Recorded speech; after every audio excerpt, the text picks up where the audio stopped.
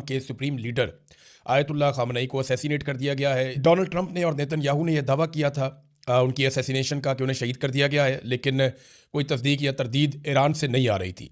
लेकिन बिलाखिर अभी तस्दीक आ गई है और ईरान की न्यूज़ एजेंसी ने भी कह दिया, वहाँ के अब ऑफिशियल्स भी बता रहे हैं कि आयतुल्लाह खामनई जो हैं वो शहीद हो गए हैं अमेरिका और इसराइल के हमले में। लगभग 3 दहाइयों से ज़्यादा हो गया इनको हदफ बनाने की कोशिश की जा रही थी। ये टारगेट थे अपने मुल्क के दुश्मनों के और हमेशा ये हमलों से बचते चले आ रहे थे।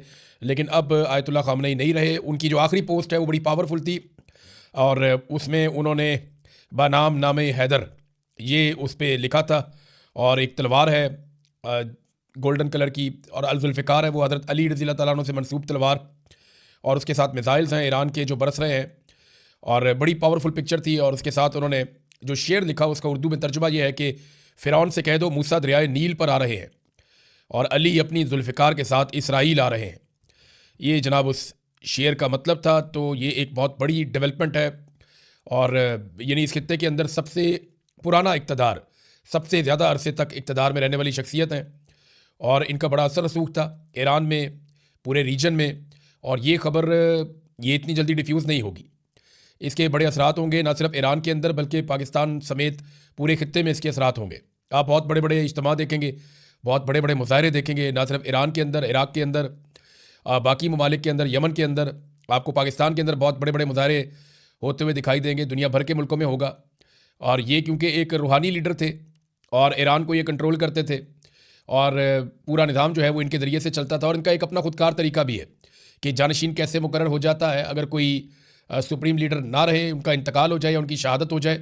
तो अब एक बहुत बड़ा इम्तिहान है ईरान के ऊपर भी कि उन्हें सब्र करना पड़ेगा और ईरान को रिटेलिएट करता रहना पड़ेगा क्योंकि अमेरिका के पास टाइम बहुत कम है। मैं आगे चल के आपको बताता हूँ कि अमेरिकन जो है वो कहाँ फंस गए हैं और डोनाल्ड ट्रंप को ये सारा कुछ बहुत जल्दी जल्दी करना पड़ेगा अगर उन्हें रजीम चेंज करना है या अपने दूसरे अहदाफ हासिल करने हैं।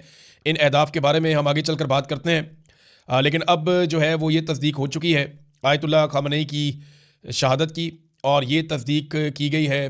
पहले डोनाल्ड ट्रंप ने उन्होंने ये कहा कि और उन्होंने बड़ा सख्त ट्वीट लिखकर ये कहा आयतुल्लाह खामनई के बारे में कि वो शहीद हो गए हैं, असैसिनेट कर दिया गया है। और उसके बाद नेतन्याहू ने भी एक ट्वीट के अंदर कहा और बाकी लोगों ने भी कहा। तो पाकिस्तान की मीडिया पे नेतन्याहू को तो दिखाया जा रहा है, इमरान खान साहब को नहीं दिखाया जा सकता। ये प्रॉब्लम तो हमारे चलते रहेंगे। ईरान के ऊपर ताबड़तोड़ हमले किए गए हैं अमेरिका की जानिब से और इसराइल की जानिब से और लगातार ईरान के शहरों के ऊपर आग बरस रही है। चाहे पाकिस्तान का मीडिया है चाहे इंटरनेशनल मीडिया है, वो ज़्यादातर ये दिखा रहे हैं कि ईरान जो मिसाइल दाग रहा है वो कितना नुकसान पहुंचा रहे हैं और कहाँ कहाँ पे नुकसान कर रहे हैं, जबकि ईरान के अंदर जो हो रहा है उसे बहुत कम रिपोर्ट किया जा रहा है।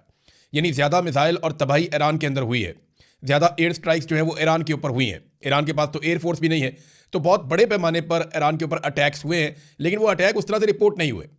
और ऐसा लगता है कि पाकिस्तानी मीडिया हो या आलमी मीडिया हो, उन्हें इसराइल से ज़्यादा खबरें मिल रही हैं और बाकी ममालिक से ज़्यादा खबरें मिल रही हैं और ईरान में उनके खबरों के लिए सोर्सेज बहुत कम है, वहाँ से उन्हें खबरें नहीं मिल रही। ईरान में बड़े अफसोसनाक वाक़यात हुए, उनमें एक बहुत बड़ा वाक़या जो है बच्चियों के स्कूल के ऊपर जो एक हमला हुआ बड़ा खौफनाक, उसमें अब तक की इतला के मुताबिक कुछ आदादोशुमार ये बता रहे हैं कि 100 से ज़्यादा बच्चियाँ शहीद हो गई हैं। कुछ ये कह रहे हैं कि 86 बच्चियाँ शहीद हुई हैं, कुछ 50 के करीब बता रहे हैं। लेकिन ये बहुत बड़ा और हौलनाक वाक़या है और बड़ा अफसोसनाक वाक़या है और ये इसका जो इल्ज़ाम है वो अमेरिका और इसराइल के ऊपर आता है। डोनाल्ड ट्रंप ने और नेतन्याहू ने मिलकर ये अटैक किया है। ईरान ने बड़ी तेज़ी से हमले किए हैं बहुत सारी जगहों पे। यूएई और बहरीन के अंदर ज़्यादा अटैक किए गए हैं, सऊदी अरब में भी हुआ, उर्दन में भी हुआ, कतर में भी हुआ। इन जगहों पे जो अमरीकी अड्डे हैं वहाँ पे अटैक किया गया ईरान की जानिब से और काफ़ी मिसाइल दागे गए। लेकिन जो ज़्यादा हमला हुआ है, कुवैत के अंदर भी हमला हुआ, लेकिन ज़्यादा जो हमला हुआ वो 2 मुल्कों के अंदर। एक बहरीन में जहाँ पे अमरीकी बहरी बेड़ा मौजूद है, वहाँ पे उस एरिया में बहुत ज़्यादा अटैक हुए हैं, बहरीन के अंदर जो फैसिलिटी है अमेरिका के पास। और दूसरा यूएई में बहुत ज़्यादा अटैक हुए और यूएई में कई बम ऐसी जगहों पे जाकर लगे हैं जहाँ पे ये कहा जा रहा था कि अमेरिकन वहाँ पे रहते हैं, यानी रिहायशी इलाकों में भी बम लगे हैं। जाके एक बहुत बड़ा होटल है उसके जलने के मनाज़िर नज़र आ रहे थे। फिर जब ये पता चला कि यहाँ से कुछ फ़्लाइटें निकलने वाली हैं दुबई से और लोग यहाँ से निकल रहे हैं, तो फिर एयरपोर्ट के ऊपर भी ड्रोन हमला हुआ। फिर इसी तरह बहरीन में भी एयरपोर्ट के ऊपर एक ड्रोन हमला हुआ। तो ईरान जो है वो बड़ा अग्रेसिवली आया। ये एकदम ये तवक्को कोई नहीं कर रहा था कि ईरान इतना अग्रेसिवली आएगा, इतने जारहाना अंदाज में ईरान जवाब देगा, इसके बारे में कोई सोच भी नहीं सकता था। अब अमेरिका के लिए ना एक और बहुत बड़ा प्रॉब्लम पैदा हो गया। डोनाल्ड ट्रंप को इस लड़ाई को बहुत जल्दी कंक्लूड करना पड़ेगा और ये दिखाई भी दे रहा है। डोनाल्ड ट्रंप ने एक पार्टी में शिरकत की, वहाँ से भी वीडियोज़ आई और ऐसा शो किया गया जैसे उन्हें कोई जल्दी नहीं है, कोई परेशानी नहीं है। ये विजुअल्स क्रिएट किए गए, लेकिन ये सब जानते हैं कि ये काम उन्हें बहुत जल्दी करना पड़ेगा। ईरान के साथ इस लड़ाई को तूल नहीं दिया जा सकता। देखिए, दो बड़े अहदाफ हैं डोनाल्ड ट्रंप के। पहला हदफ तो यह है कि ईरान में रजीम चेंज हो जाए, लेकिन ये रजीम चेंज वो ज़मीन पर उतरे बगैर करना चाहते हैं।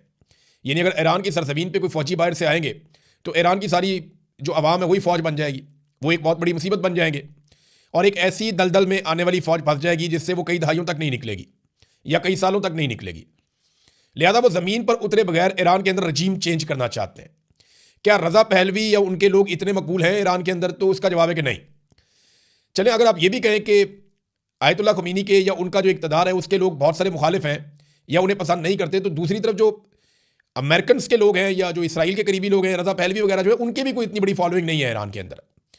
तो एक बड़ा मैस क्रिएट हो जाएगा। और अगर कुछ अहदाफ हासिल कर भी लिए गए और रजीम तब्दील ना हुआ तो अमेरिका ने फिर क्या हासिल किया? तो उन्हें बहुत जल्दी करना पड़ेगा, उनके पास वक्त कम है, क्योंकि ईरान ने आबनाए हरमज़ जो है उसको बंद कर दिया है।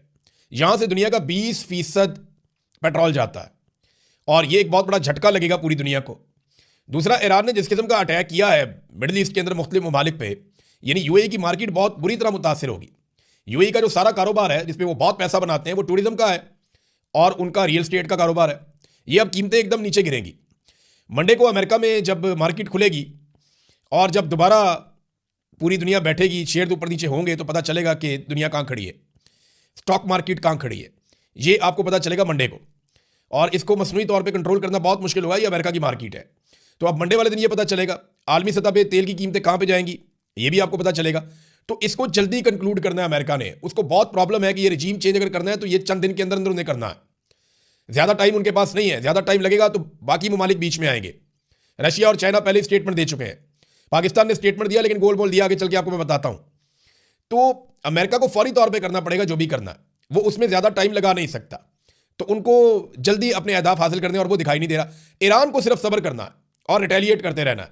अगर ईरान ये टाइम गुजार गया और दोबारा मुज़ाकरात की टेबल पे बैठ गए तो फिर ईरान की पोजीशन कुछ और होगी, वैसी नहीं होगी जैसी इस वक्त है।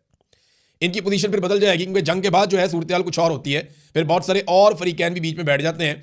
तो ईरान एक विक्टिम के तौर पे भी सामने आ सकता है। दूसरा हदफ जो अमेरिका का है वो ईरान की दिफाई सलाहियत, खास तौर पे जो उनकी मिसाइल की सलाहियत है उसको ख़त्म करना। अब चाहे वो किसी भी तरीके से करें, उनको तबाह करें, ईरान के साथ मुज़ाकरात करके करें या कुछ भी करके करें, उन्हें यह ख़त्म करना है। अब ये अहदाफ कैसे हासिल किए जा सकते हैं? ईरान अब कभी भी अपने हथियारों को नहीं छोड़ेगा, क्योंकि यही उसकी लाइफ लाइन है। ईरान को यह समझ आ गई है कि अगर ये मिसाइल भी उसके पास ना होते तो वो किसी को भी जवाब ना दे सकता। तो खित्ते के ममालिक के लिए भी अच्छी खबर नहीं है, पूरे खित्ते को आग के अंदर झोंक दिया गया है, और ना ही ईरान के लिए अच्छी खबर है। और अमेरिका को ये जो कुछ भी करना है वो बहुत तेज़ी से और जल्दी जल्दी करना पड़ेगा।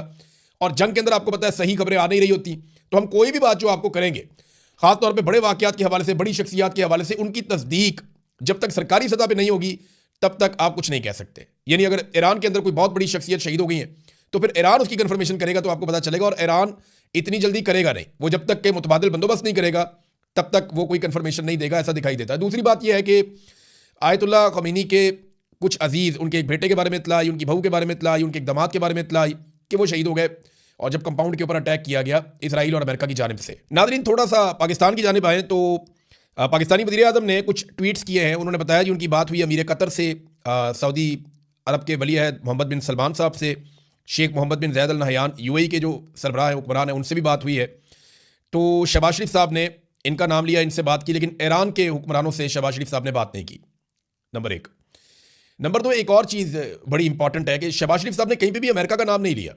ये जंग अमेरिका ने शुरू की है, एक जगह पे उन्होंने इसराइल का नाम लिया और उन्होंने ईरान की भी मजम्मत की कि ईरान ने खलीजी ममालिक के ऊपर क्यों मिसाइल दागे जहाँ पे अमरीकी अड्डे मौजूद थे। तो ये तो ऑब्वियस था, जहाँ पे अमरीकी अड्डे होंगे वो वहीं पे जवाब देंगे। यानी अगर दो घर आमने सामने हैं, मेरे घर के ऊपर कोई पत्थर फेंकता है सामने वाले घर से और वो उनके घर के अंदर आया हुआ बंदा, तो सामने वाले से मेरे जितने मर्जी अच्छे ताल्लुकात हों, मैं उसको दो बातें ही कह सकता हूँ, या तो इसको बाहर निकालो, तो या मुझे इजाज़त दो मैं इसको मारूं। यानी मेरे पास तो तीसरा ऑप्शन ही कोई नहीं है ना, या तो इसको बाहर निकाल लें तो या मैं इसको मारूंगा। तो वो ये वाली सूरत हाल बनी हुई, मैं सादा करके आपको समझा दिया।